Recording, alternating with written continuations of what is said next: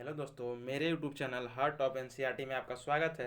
दोस्तों, आज हम बताने वाले हैं कक्षा 10 का साइंस का चैप्टर 6, जिस उसमें हम लोग पढ़ने वाले हैं आज श्वसन के बारे में।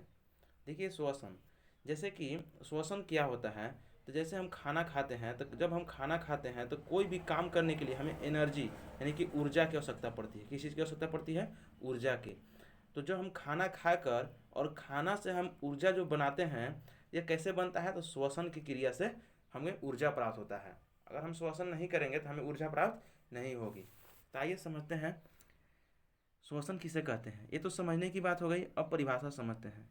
जीव जंतुओं की कोशिकाओं में ऑक्सीजन की उपस्थिति में भोजन के जैविक ऑक्सीकरण होने की क्रिया को श्वसन कहते हैं। मतलब कि ऑक्सीजन की उपस्थिति में जब खाना का ऑक्सीकरण होता है, तो भोजन का जो होता है जो ऑक्सीकरण होता है, उसे हम क्या कहते हैं? श्वसन कहते हैं। आप इस चीज़ को समझे होंगे। आइए आगे बढ़ते हैं। श्वसन की क्रिया जो होती है वो किस प्रकार से होती है, इस चीज़ को पहले समझते हैं। तो ये जो दिया है, मानव श्वसन तंत्र दिखाया गया है, ह्यूमन रेस्पिरेटरी सिस्टम। तो देखिए, सबसे पहले हम एयर को इन कराते हैं कहाँ से? तो नासा द्वार से। जब नासा द्वार से एयर इन करता है हमारे शरीर में, फिर वहाँ से आता है ग्रसनी में। कहाँ पर आता है? ग्रसनी में। और उसके बाद कंठ में, और कंठ के बाद आता है श्वास नली में, और फिर उसके बाद श्वसनी में, और उसके बाद श्वसनिकाय, और उसके बाद कुपिका। यहाँ पर देखिए कुपिका बना हुआ है। और उसके बाद आता है जब कुपिका। कुपिका देखिए इस टाइप से गोल गोल रहते हैं। और जब इन्हें काटिएगा, जब एक कुपिका काटिएगा तो उसमें जो मतलब कि गोला टाइप के दिखाई देगा, उसी को बोलते हैं कुपिका कोष। और यह जो कुपिका है, यह डायफ्राम में, सॉरी, फेफड़ा में, यह मतलब कि उसमें इंटर कर रहता है। और वह रुधिरकाओं से, मतलब कि जहाँ से ब्लड इंटर करता है, उससे जुड़ा होता है। और जैसे ही हम एयर यहाँ इन किए, तो यह जो कुपिका द्वारा है, जो यहाँ पर एयर चल जाएगा रक्त में, ऑक्सीजन जो है वो कहाँ चल जाएगा? रक्त में। हम यहाँ से नास द्वार से किसको इंटर कराएं? O2 को, ऑक्सीजन को इंटर कराएं। और यह ब्लड में चला जाएगा। और भी ब्लड सब पूरा शरीर में चला जाएगा। और वहाँ पर वो भोजन से फिर उसको चेंज कर देगा। वो भोजन को फिर ऑक्सीजन तोड़ेगा, और उससे हमको कार्बन डाइऑक्साइड बनेगा। फिर हमें H2O बनेगा, और उसके बाद फिर जल बनेगा, सॉरी, ऊर्जा मिलेगा। ऊर्जा, H2O तो बोल ही दिए। तो H2O और ऊर्जा मिलेगा। तो और क्या होता है कि अब CO2 बना, तो CO2 पुनः वापस आता है। और यहाँ से यहाँ से फिर CO2 को वापस भेज दिया जाता है। मतलब कि इंटर, इसी जो ये रास्ता दिखाया गया है, इसी से आएगा भी ऑक्सीजन, और इसी से कार्बन डाइऑक्साइड जाएगा भी। यानी कि जो श्वसन की क्रिया मुख्यतः होती है वो फेफड़ा द्वारा होती है। तो क्वेश्चन पूछ सकता है कि मनुष्य में मुख्य श्वसन अंग, मनुष्य में मुख्य श्वसन अंग कौन सा है? तो वह है फेफड़ा। तो फेफड़ों के द्वारा श्वसन होता है। आइए आगे बढ़ते हैं, श्वसन क्रिया किस प्रकार से हमारे शरीर में होता है। तो पहले अगर इसको नहीं समझे होंगे तो फिर से एक रिपीट कर देते हैं, आप पूरा समझिएगा ध्यान से कि किस प्रकार से यहाँ पर इंटर किया। पहले नासा द्वार में आता है। इस सिस्टम को आप याद कर सकते हैं अच्छा से। पहले नासा द्वार में, फिर ग्रसनी में, उसके बाद कंठ में, श्वास नली में, फिर श्वसनी में, फिर श्वसनिका, उसके बाद कुपिका में, उसके बाद कुपिका कोष में। और इस फिगर के माध्यम से आप समझ सकते हैं, देख सकते हैं कैसे कैसे एक दूसरे से नीचे आ रहा है। और देखिए कुपिका है, और कुपिका अंडा की संरचना के मतलब के दिखती है, अंडा जैसा दिखती है। आगे बढ़ते हैं हम लोग। श्वसन की क्रिया को दो मुख्य भागों में बांटा गया। जो श्वसन की क्रिया होती है, जो श्वसन की प्रोसेस होता है, वो दो क्रिया में होता है। एक होता है बाह्य श्वसन, और एक होता है अंतः श्वसन। सर नहीं समझे बाह्य श्वसन और अंतः श्वसन? तो बात समझिए कि एक तरह से समझिए कि यहाँ पर कोई एक रूम है, और यहाँ से कोई चीज़ यहाँ पर आया, और यहीं से यहीं फिर चला गया। इसी को कहते हैं बाह्य श्वसन। कहने का मतलब है कि ये अंदर नहीं आ रहा है, बाहरी से बाहरी चला जा रहा है। यानी कि समझिए कि एक तरह से फेफड़ा है, फेफड़ा है, और फेफड़ा में क्या आ रहा है? O2 आ रहा है, O2 आ रहा है, और CO2 चला जा रहा है। यानी कि फेफड़े तक रहता है, अंदर आइए नहीं रहा है, फेफड़ा में आ रहा है। फिर यानी कि फेफड़ा में पहले O2 आ रहा है और CO2 निकल जा रहा है। यानी कि यह जो प्रोसेस हुआ वह हुआ बाह्य श्वसन। लेकिन जब ऑक्सीजन आया, जब ऑक्सीजन यहाँ पर आया और यह ऑक्सीजन पूरा शरीर के अंदर चला गया, तो उसी को बोलेंगे अंतः श्वसन। तो आप इसको समझे कि एक तरह से देखिए, यहाँ से ये चीज़ आ रहा है और अंदर कौन ले जा रहा है? तो जो अंदर प्रोसेस हो रहा है उसको बोलेंगे अंतः श्वसन, और जो बाहर से बाहरी प्रोसेस हो रहा है उसे बोलेंगे बाह्य श्वसन। तो आइए समझते हैं बाह्य श्वसन क्या होता है। देखिए, बाह्य श्वसन बाहरी वातावरण से ऑक्सीजन को कोशिकाओं में पहुंचाना तथा उसके उपयोग के बाद कार्बन डाइऑक्साइड को कोशिकाओं के बाहरी वातावरण में छोड़ना की प्रक्रिया बाष्पीभवन कहलाती है। जैसे कि फिर से समझाएं कि मान लीजिए कि यहाँ पर फेफड़ा है और फेफड़ा में आप O2 को इंटर कराते हैं और CO2 को क्या करते हैं, आउट कराते हैं। इन होगा O2 और आउट होगा CO2। आउट क्या हो जाएगा, CO2 यानी कि कार्बन डाइऑक्साइड। तो यही प्रोसेस का क्या कहलाता है, बाष्पीभवन कहलाता है, कि बाहरी वातावरण से ऑक्सीजन को कोशिकाओं में पहुंचाना तथा उसके उपयोग के बाद जब आप ऑक्सीजन लाते हैं तो यहाँ पर ग्लूकोज रहता है, वो ऑक्सीजन से अभिक्रिया कर टूट जाता है। क्या में टूटता है, तो CO2 प्लस H2O और प्लस एनर्जी में टूट जाता है, ऊर्जा में। तो यानी कि जब CO2 टूटा तो CO2 को फिर बाहर निकाल देते हैं, तो कार्बन डाइऑक्साइड को कोशिकाओं से बाहरी वातावरण में छोड़ने की प्रक्रिया क्या कहलाता है, बाष्पीभवन कहलाता है। आप इस चीज को समझे होंगे। अब देखिए बाष्पीभवन की क्रिया भी दो चरणों में होती है। जैसे कैसे समझिएगा, एक है श्वासोच्छ्वास और एक है गैसों के परिवहन। देखिए श्वासोच्छ्वास को भी दो भागों में बांटा गया है, तो उसको समझते हैं श्वासोच्छ्वास को यानी कि ब्रीथिंग को। देखिए ब्रीथिंग को दो भागों में बांटा गया है, कौन से, तो देखिए सांस लेने तथा छोड़ने की प्रक्रिया को श्वासोच्छ्वास कहते हैं यानी कि ब्रीथिंग कहते हैं। सांस लेने और सांस छोड़ने की प्रक्रिया को क्या कहते हैं, ब्रीदिंग कहते हैं।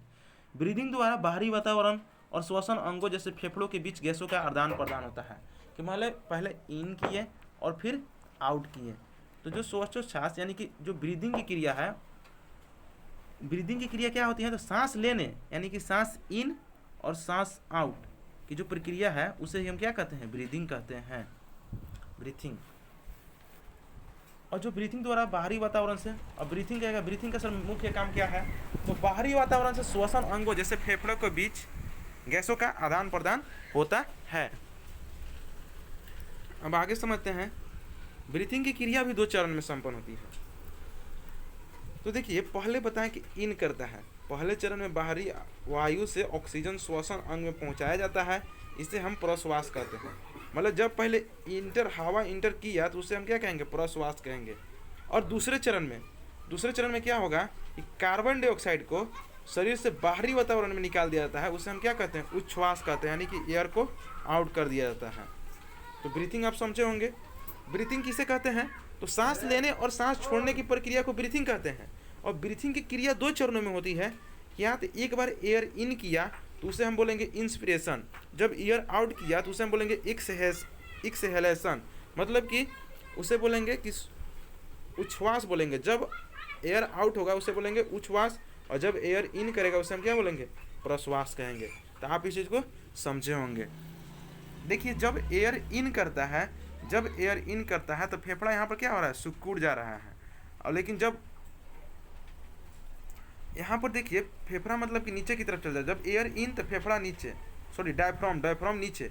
जब एयर इन करता है तो डायफ्राम नीचे चला जाता है, और जब एयर आउट होता है तो डायफ्राम ऊपर आ जाता है।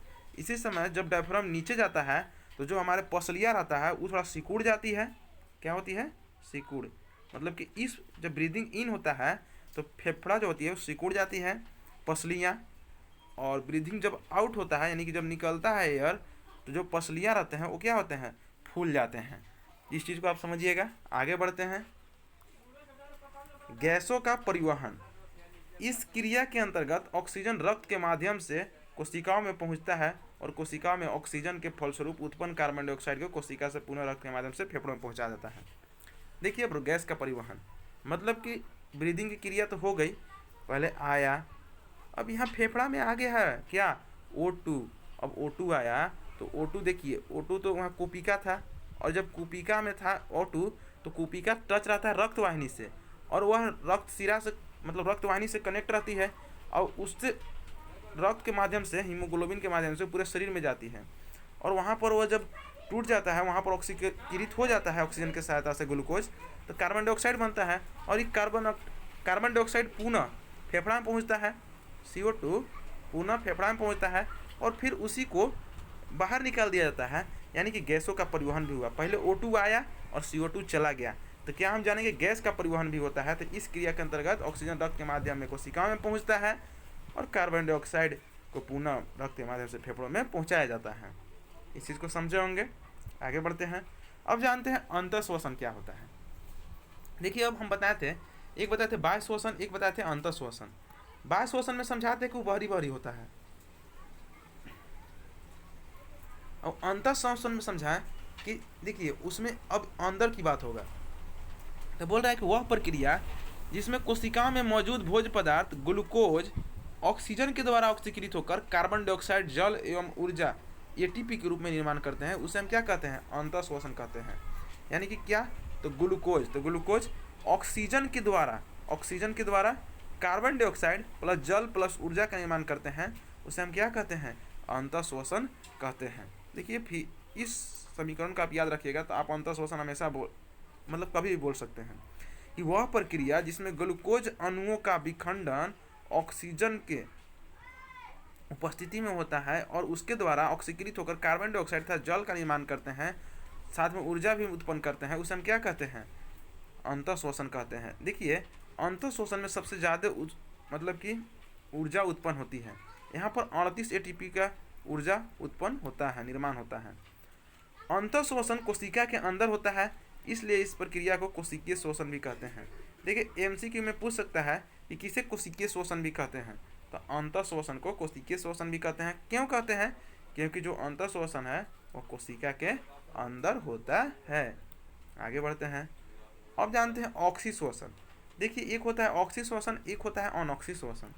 दोनों को कुछ नहीं करना है, बस याद रखना है, एक होता है ऑक्सी और एक होता है अनऑक्सी। दोनों में O2 कर दीजिए, O2 उपस्थिति यानी कि टिक मार दीजिए, O2 नहीं, काटकुट। यानी कि वैसा श्वसन जो O2 की उपस्थिति में होता है, यानी कि ऑक्सीजन की उपस्थिति में होता है, उसे हम ऑक्सी श्वसन कहते हैं। और अनऑक्सी श्वसन यानी कि वैसा श्वसन जिसमें ऑक्सीजन की अनुपस्थिति में होता है, उसे हम क्या कहते हैं? अनऑक्सी श्वसन कहते हैं। तो वैसा श्वसन जिसमें ग्लूकोज अणुओं का विखंडन ऑक्सीजन की उपस्थिति में होता है, उपस्थिति में कार्बन डाइऑक्साइड तथा जल का निर्माण होता है, उसे हम क्या कहते हैं? ऑक्सी श्वसन कहते हैं। जिससे कि ग्लूकोज, ऑक्सीजन और कार्बन डाइऑक्साइड प्लस जल ऊर्जा बन रहा है, ये कैसा श्वसन है? ऑक्सी श्वसन। यानी कि जो मानव में होता है, हम लोग में होता है, वो कैसा श्वसन? एक प्रकार का ऑक्सी श्वसन है। तो आप इस चीज़ को समझे होंगे। आगे बढ़ते हैं, अनऑक्सी श्वसन। देखिए जब ग्लूकोज अणुओं का विखंडन, अभी समझाते हैं क्या होता है कि O2 की अनुपस्थिति में होता है, O2 के अनुपस्थिति में होता है, उसे क्या कहते हैं? अनऑक्सी श्वसन कहलाता है। देखिए जब हम किसी चीज़ को सड़ाते हैं तो वहाँ पर ऑक्सीजन खत्म हो जाता है, O2 खत्म हो जाता है, और वह चीज़ क्या बन जाता है? जब हम किसी भोज्य पदार्थ को सड़ाते गलाते हैं तो वहाँ पर ऑक्सीजन की मात्रा खत्म हो जाती है और वह बन जाता है अल्कोहल में। क्या बन जाता है? एल्कोहल के रूप में परिवर्तित हो जाता है। जैसे कि हम लोग देखे होंगे कि शराब बनाते हैं या फिर जलेबी बनाने के लिए हम ईस्ट का प्रयोग करते हैं। तो शराब बनाते हैं तब महुआ को जब सड़ाते हैं, उसमें चीनी डालकर उसको किनियन में बदलते हैं, तो ग्लूकोज, और यहाँ पर कोई ऑक्सीजन नहीं है, तो ऑक्सीजन की अनुपस्थिति में क्या बनाएंगे? अल्कोहल बना लेगा और कार्बन डाइऑक्साइड प्लस ऊर्जा का उत्पन्न करेगा। और यहाँ पर ऊर्जा जो होता है अल्प मात्रा में, बहुत कम मात्रा में, यानी कि 2 ATP के रूप में होता है। देखिए जब ऑक्सी श्वसन हो रहा था वहाँ पर 38 ATP हो रहा था, जबकि अनऑक्सी श्वसन में कितना होता है? 2 ATP। तो ऑक्सी श्वसन में कितना बताया? 38 ATP, जबकि अनऑक्सी में 2 ATP। तो क्वेश्चन पूछ सकता है कि किस श्वसन में अत्यधिक ऊर्जा उत्पन्न होती है? तो ऑक्सी श्वसन में, और सबसे कम तो अनऑक्सी श्वसन में, याद रखिएगा। लेकिन जब मानव में वही चीज़, देखिए हम ये तो बताएं कि यह शराब बनाने समय ऐसा होता है कि जब ऑक्सीजन की कमी हो जाएगा तो ग्लूकोज जो होता है अल्कोहल में बदल जाता है। लेकिन मनुष्य में क्या होता है, ह्यूमन बॉडी में क्या होता है कि जब ग्लूकोज रहेगा तो अब वहाँ पर O2 की कमी हो जाएगा मानव शरीर में, तो वहाँ पर बना लेते हैं लैक्टिक अम्ल। जैसे कि आप देखे होंगे कि जब दौड़ते हैं या बहुत सारा ज़्यादा काम कर देते हैं तो हमें वहाँ पर ऑक्सीजन लेवल की कमी हो जाती है, ऑक्सीजन की कमी हो जाती है, तो हमारे शरीर में दर्द होने लगता है। ऐसा क्यों होता है? तो ऑक्सीजन की उपस्थिति में जो ग्लूकोज रहता है वो लैक्टिक अम्ल प्लस ऊर्जा का निर्माण कर लेता है। तो आप इस चीज़ को समझे होंगे, इसीलिए लैक्टिक अम्ल जमा हो जाता है जिस हड्डी में, वहाँ पर वह बॉडी हमको दर्द करने लगता है। आगे बढ़ते हैं, अब देखते हैं अन्य जंतुओं में श्वसन। देखिए यहाँ से MCQ VVI है, यहाँ से बहुत ज़्यादा MCQ पूछते हैं, तो आप इसको बिना देखे और बिना याद किए तो एग्जाम में जाएंगे ही नहीं। देखिए पहला चीज़ है कि केंचुआ, क्वेश्चन पूछ सकता है केंचुआ किस अंग से श्वसन करता है? तो केंचुआ जो है अपना त्वचा से श्वसन करता है। उसी प्रकार से मेढक, तो देखिए मेढक जमीन के अंदर भी रहता है, जमीन पर भी रहता है और पानी में भी रहता है। तो मेढक जो होता है वो त्वचा और फेफड़ा दोनों से सांस लेता है। तो श्वसन अंग इसमें किस क्या क्या हो जाएगा, त्वचा और फेफड़ा भी। अब देखिए तिलचट्टा, जो तिलचट्टा होता है, तो तिलचट्टा के आप देखे होंगे कि एक ऐसा तिलचट्टा होता है, उस जो उसके शरीर होते हैं छोटे छोटे रंध्र होते हैं, छोटे छोटे उसमें छिद्र होते हैं जिनको हम रंध्र कहते हैं। तो उसी रंध्र की सहायता से तिलचट्टा सांस लेता है, तो उसको बोलते हैं श्वास रंध्र। तो जो तिलचट्टा है वो किससे सांस लेता है, तो श्वास रंध्र से सांस लेता है। अब आता है मछली, तो मछली किससे सांस लेता है, तो वो अपना गलफड़ा से सांस लेती है, गलफड़ा से। अब पौधे में श्वसन, देखिए पौधे के पत्तियों में छोटे छोटे रंध्र होते हैं, छोटे छोटे रंध्र होते हैं, क्लोरोफिल होता है उसमें रंध्र होते हैं, और इन्हीं से गैसों का आदान प्रदान होता है, गैसों का आदान प्रदान होता है, CO2 और O2 का।